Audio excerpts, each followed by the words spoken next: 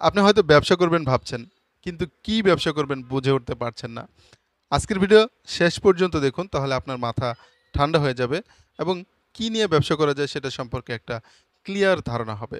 আশা করছি শেষ পর্যন্ত থাকবেন, তাহলে অনেক কিছু জানতে পারবেন। তো চলুন শুরু করি। আপনারা দেখছেন টাকা কথা বলে, আমি আছি শাহিন। নিজেকে আবার চিনব কিভাবে? নিজেকে চেনার জন্য আপনার কিছু প্রশ্ন নিজেকে করতে হবে। যেমন, আপনি কি করতে ভালোবাসেন? আপনার কিসের প্রতি আগ্রহ রয়েছে? আপনি যদি ব্যবসা করতে চান তাহলে দিনে কতটুকু সময় দিতে পারবেন? আপনার কোন বিষয়ের উপর অভিজ্ঞতা রয়েছে? এছাড়া আপনি কোথায় থাকেন, গ্রামে না শহরে? এগুলো প্রশ্ন করলে আপনি নিজেকে চিনতে পারবেন। চেনার পরে আপনার ব্যবসা নির্বাচন করা অনেক সহজ হয়ে যাবে। কারণ শহরে থাকলে আপনি শহরের ব্যবসাই করতে হবে, গ্রামে থাকলে গ্রামের ব্যবসা করতে হবে। তাই আপনাকে আগে দেখতে হবে যে আপনি কোন অবস্থানে আছেন। এগুলো যখন আপনি ঠিকঠাকভাবে নির্বাচন করতে পারবেন, তখন আপনি কিন্তু ব্যবসা বের করতে পারবেন। তার জন্য প্রয়োজনে সবার প্রথম আপনি একটা খাতায় সব কিছু লিখে ফেলুন। আপনার উইকনেসগুলো কী কী আর আপনার স্ট্রং পয়েন্টগুলো কী কী। তাহলে আপনি আরও সহজেই আপনি কি ব্যবসা করতে পারেন বা কি করা উচিত সেটা সহজেই বের করতে পারবেন। ব্যবসা যেহেতু মানুষের সঙ্গেই করতে হবে, তাই বাজার যাচাই করা খুবই গুরুত্বপূর্ণ।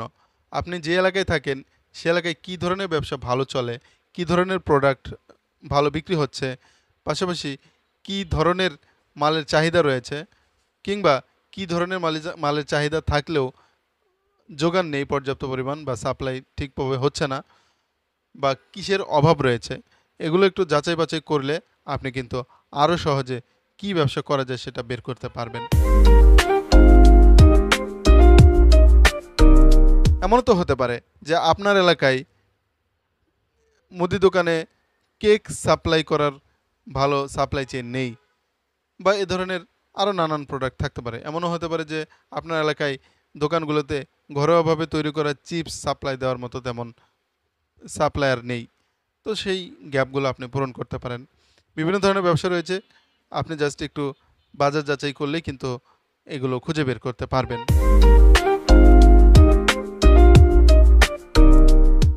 ব্যবসা তো শুরু করার জন্য লক্ষ লক্ষ টাকার প্রয়োজন হয়, আবার ৫,০০০ টাকা বা ৫০০ টাকা দিয়েও ব্যবসা শুরু করা যায়। তাই আপনি যদি ব্যবসা করতে চান, সবার আগে আপনি কত টাকা পুঁজি নিয়ে ব্যবসা শুরু করতে চান সেটা নির্বাচন করুন। অথবা এমনও হতে পারে যে আপনার অনেক টাকা নিয়ে ব্যবসা করার শখ, কিন্তু আপনার কাছে তত টাকা নেই। হতে পারে আপনার কাছে ৫,০০০ টাকা আছে, অথবা ৫০,০০০ টাকা আছে, অথবা ১,০০,০০০ টাকা আছে। যদি আপনার কাছে ৫,০০০ টাকা থাকে, তার মানে আপনি ব্যবসা করতে পারবেন না, এই ধারণাটা ভুল। আপনি ৫,০০০ টাকা দিয়েও ব্যবসা করতে পারবেন। আপনার ৫০,০০০ টাকা দিয়েও ব্যবসা করতে পারবেন, আবার আপনি লক্ষ টাকা বা কোটি টাকা দিয়েও ব্যবসা করতে পারবেন।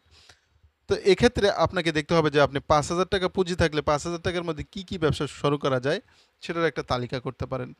৫০,০০০ টাকা দিয়ে ব্যবসা করলে তাহলে ৫০,০০০ টাকা দিয়ে কি কি করা যায় সেটার একটা তালিকা করতে পারেন। এভাবে করে আপনি আপনার পুঁজির উপর নির্ভর করে ব্যবসা নির্বাচন করতে হবে। লাখ টাকা থাকলে আপনি কোটি টাকার ব্যবসা তো আর করতে পারবেন না, লাখ টাকা দিয়েই ব্যবসা করতে হবে, তাই না? সর্বোপরি ব্যবসার ধরন নির্বাচন করা অত্যন্ত জরুরি। আপনি কি ধরনের ব্যবসা করতে চান? প্রোডাক্ট বেসড বিজনেস নাকি সার্ভিস বেসড বিজনেস নাকি digital business? Product based business, যেমন আমি একটা ফার্মেসি করেছি। ফার্মেসিতে প্রচুর প্রোডাক্ট রয়েছে। এই প্রোডাক্টগুলো বিক্রি করে আমি ইনকাম করব। এটা হচ্ছে প্রোডাক্ট বেসড বিজনেস।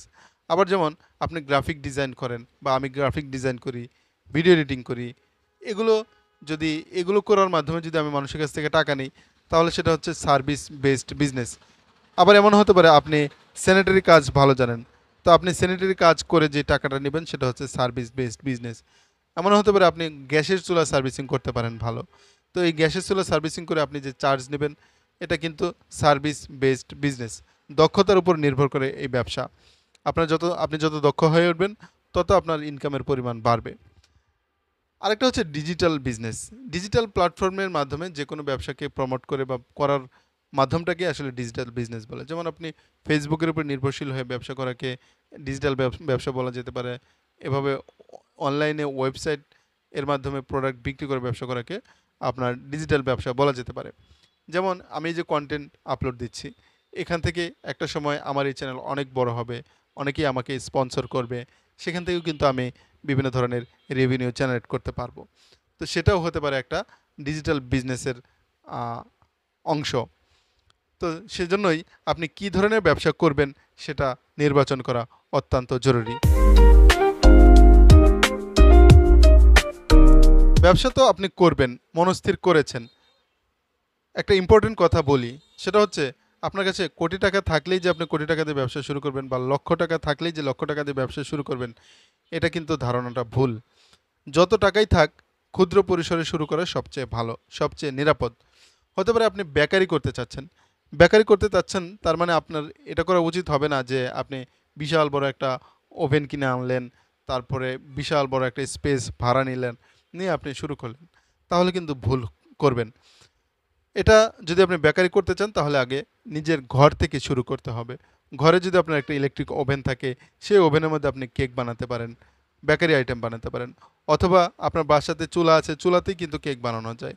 তো কেক বানিয়ে আপনি 10টা 20টা 100 পিস কেক বানিয়ে বাজারে নিয়ে যান, বিক্রি করুন। দেখুন যে আপনি এটা পারবেন কিনা, এটার কেমন চাহিদা, বাজারে কিভাবে এই প্রোডাক্টগুলো চলে, বাকি দিতে হয় নাকি নগদে বিক্রি করা যায়। নানান কিছু শেখার রয়েছে, শেখার শেষ নেই। সো হতে পারে আপনি আপনি একটা চিপসের কারখানা করতে চাচ্ছেন। তো চিপস বিক্রির কারখানা করতে গেলে আপনি প্রথমেই হিউজ পরিমাণ ইনভেস্টমেন্ট করা ঠিক হবে না। তো সেক্ষেত্রে আপনি বাড়ি থেকে শুরু করতে পারেন, অল্প পুঁজি দিয়ে 5,000 10,000 টাকা দিয়ে শুরু করুন। সবসময় 3টা কথা মনে রাখবেন, যে আপনি যে ব্যবসাটা করতে চাচ্ছেন সেটা আপনার ভালো লাগে কিনা, আপনি সেটা ভালোবাসতে পারছেন কিনা, তাহলে সামনে অগ্রসর হওয়া সহজ হবে। তৃতীয়, আপনি যেই ব্যবসাটা করতে চাচ্ছেন সেটা দ্বারা মানুষের উপকার হবে কিনা, সেটার প্রতি মানুষের আগ্রহ আছে কিনা, তাহলে আপনার পথ আরও মসৃণ হবে। 3, আপনি যেই ব্যবসাটা করতে যাচ্ছেন সেটা করার জন্য আপনার সক্ষমতা আছে কিনা, বা আপনি সেটার প্রতি দৃঢ় দৃঢ় সংকল্পবদ্ধ কিনা। দেখা গেল 6 মাস করার পরে বাদ দিলাম, তাহলে হবে না।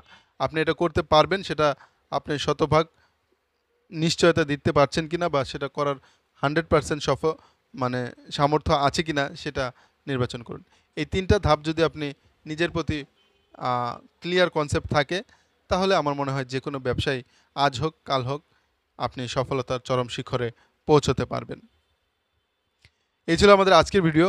ভিডিওটা হয়তো ভালো লেগেছে। যদি ভালো লাগে তাহলে একটা লাইক দিবেন। চ্যানেলটা সাবস্ক্রাইব করতে পারেন, আপনার বন্ধুর সঙ্গে শেয়ার করতে পারেন এই ভিডিও। দেখা হবে আবারও ইনশাল্লাহ। আল্লাহ হাফেজ।